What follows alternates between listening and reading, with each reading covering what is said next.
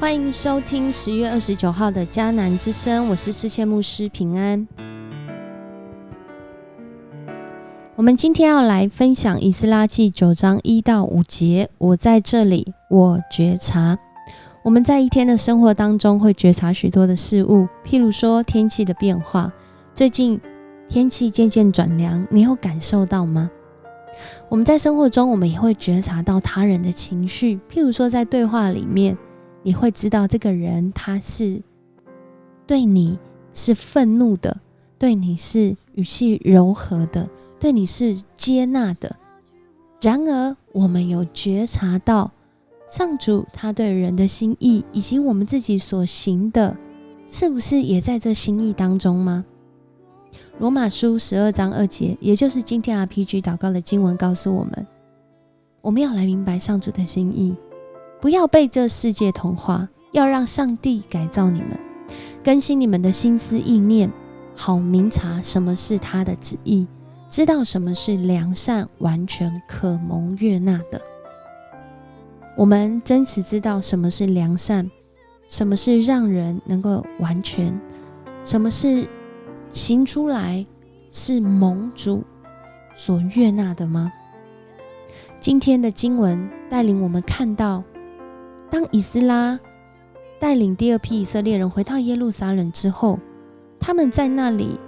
记录、点交，甚至好好的交接了这一切要奉献在圣殿当中所使用的器物，甚至侍奉的人员。然而却有另一个挑战直接发生，也就是我们有圣殿侍奉的这些生活，然而在我们真实生活中的境况中，是不是也是分别为圣，也是归属上主的呢？今天的经文很显然的，以斯拉在听见一些以色列人的领袖所说的话中，他觉察到他们仍然与恶的距离是如此的近。在今天经文中看见有3个对象，以色列人民、祭司、利未人，他们在生活中仍然与这些会影响他们，甚至已经让他们活在罪中的关系继续有连结。而实际上所说到的是第2节说的，他们为自己和自己的子孙娶了外国女子，把上帝圣洁的子民污染了。而这其中谁带头呢？就是以色列当中的领袖和官长。当以斯拉听到这样的事情的时候，是在说，所以绝对不能跟这些外邦人结婚，所以绝对不能够跟这些外邦的女子有任何的连结跟瓜葛吗？那这样子，在约书亚记的喇合，在路德记里的路德，那他们怎么办呢？我们在读上主的话的时候，真的要不只是读那字面上的意思，更重要的是我们真的要回到那话语在那个情境中所表达出来，让人来认识上主的心意。这里在讲到的是，这些人他们活在这过去不认识主，起码我们知道，在以色列人他们被掳到巴比伦之后，一定是有一段很长的时间，在那时候没有圣殿的生活，甚至也没有上主的话语，有可能他们所做的，他们并不晓得是不是得罪神的。所以今天当我们要来明白我们是不是得罪神，其实是因为我们认识上主的话语。当我们认识了上主的话语，我们才会明白说，原来这样是得罪神。可是如果我们一开始就站在一个自以为意、自我中心的角度，告诉别人说你那样是得罪神的时候，其实对那个人不但是反感，甚至也对他毫无意义，因为他不认识主。这对他来说有什么关系呢？所以其实认识上主的话语，会让我们不仅知道得罪神，更是让我们知道分辨上主的心意是什么。而在这真实的认识当中，其实常常需要先悔改的不是别人，而是自己。在今天的经文中，当以斯拉他听到这件事情，他在那里的表达很戏剧性的形容，可是却是真实。在那个时代会这样做，就是遭遇到大事，遭遇到那个撕裂衣服，好像表达撕裂心肠在那里拔头发跟胡须，忧伤痛苦的坐着。这是一种觉得自己完了，得罪上帝了，我做错了的一个表达。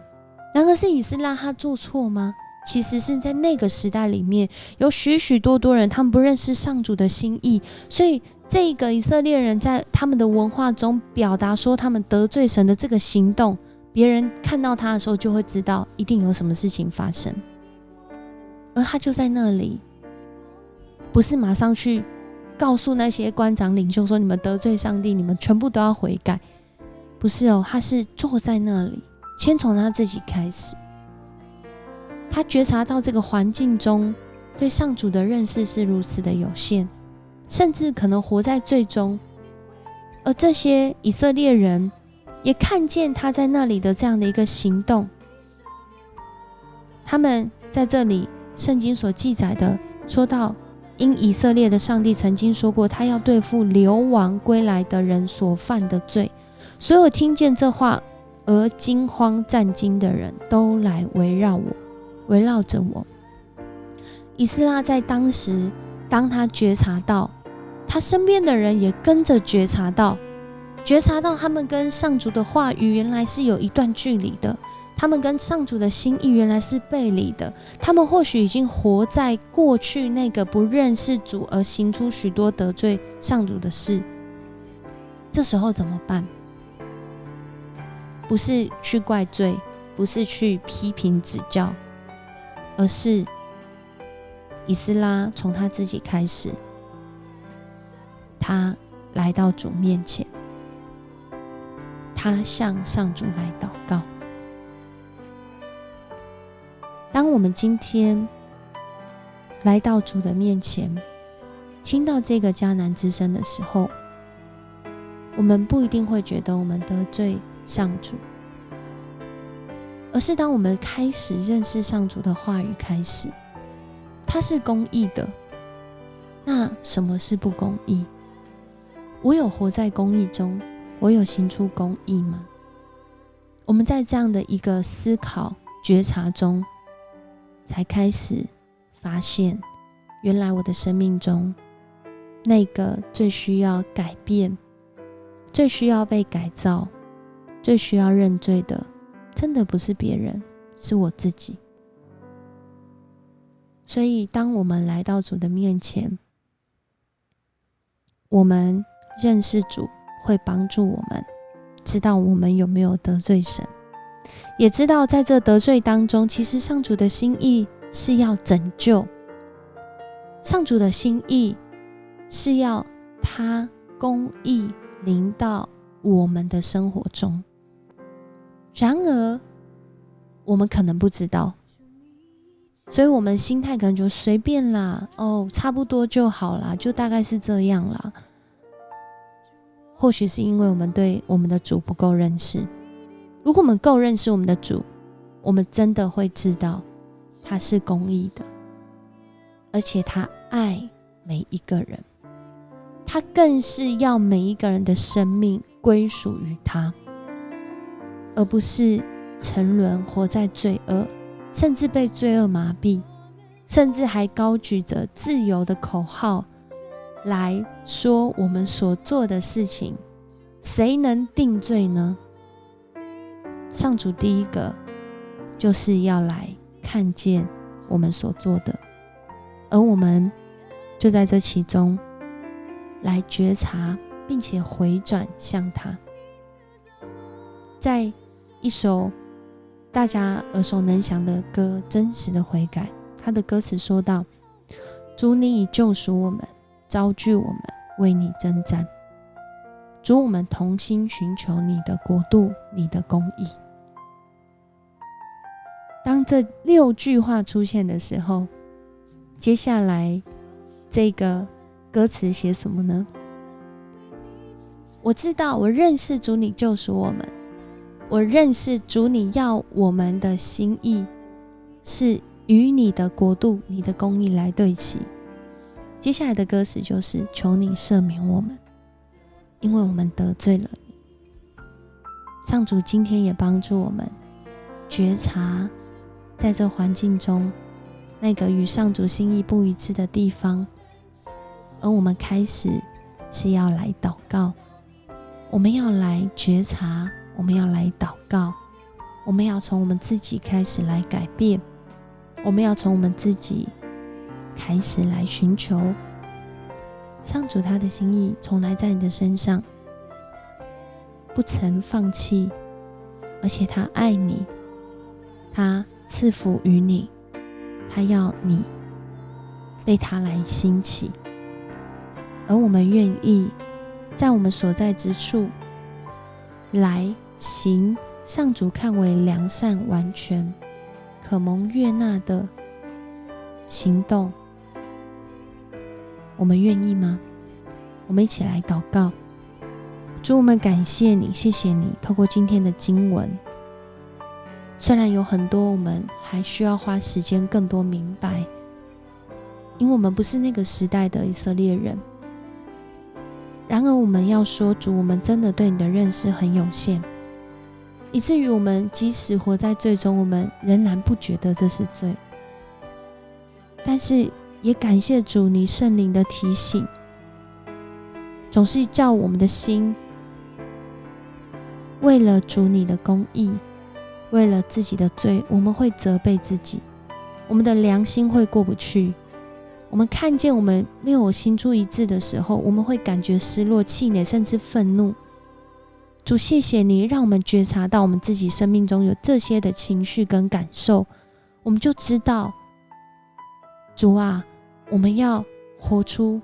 那个悔改的行动。主，你也帮助我们，赏赐我们力量、勇气，在我们可能或者是已经得罪主你的事上，有这样的力量、勇气来悔改，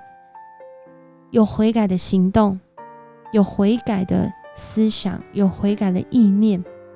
甚至我们不活在那个自我控诉的情绪里面，而是我们要宣告主你的信心今天临到我们，主你的爱今天充满我们，主你的信实继续牵引着我们。就像以斯拉，他在面对一个环境，可能对上主的话语不太认识，甚至感到焦虑的时候，主你是要我们先安静我们的心来祷告，来领受主你的爱，来领受主你的公义，先从我们自己的生命开始改变。谢谢你与我们同在，我们这样祷告，奉主耶稣的名求，阿们。很开心跟你一起分享迦南之声，